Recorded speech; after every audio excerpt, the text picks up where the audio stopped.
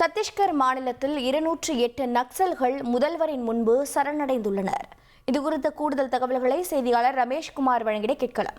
ரமேஷ்குமார் வணக்கம். இந்த 208 நக்சல்களும் அதே மாநிலத்தைச் சேர்ந்தவர்களா? இதில் எத்தனை ஆண்கள், பெண்கள் ஆயுதங்களோடு சரணடைந்திருக்கிறார்களா? என்ன நிலவரம்? நிச்சயமாக சத்தீஸ்கர் மாநிலத்தில் பொறுத்தவரை இன்று ஒரு வரலாற்று சிறப்புமிக்க நாள் என்றுதான் கூற வேண்டும்.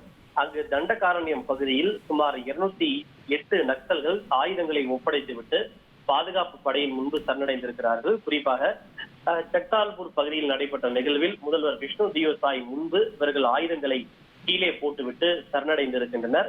இந்த சரணடைந்த 208 பேரில் அதிகமானவர்கள் பெண்கள் என்பது குறிப்பிடத்தக்கது. சுமார் 110 பேர் பெண்கள், 98 பேர் ஆண்கள். இது தவிர சுமார் 153 வகையான ஆயுதங்களையும் அவர்கள் ஒப்படைத்திருக்கின்றனர்.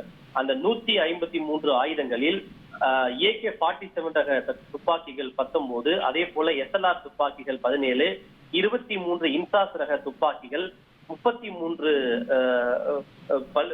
வகையான மற்ற சில துப்பாக்கிகள், லாஞ்சர்கள் உள்ளிட்ட பல்வேறு ஆயுதங்களும் இதில் அடங்கும்.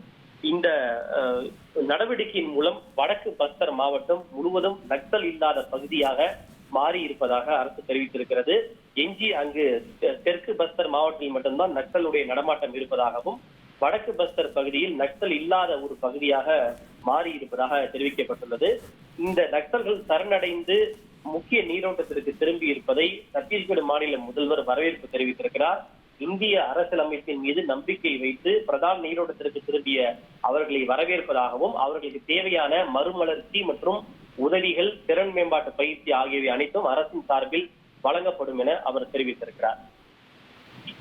உங்களுடைய தகவல்களுக்கு நன்றி ரமேஷ்குமார்.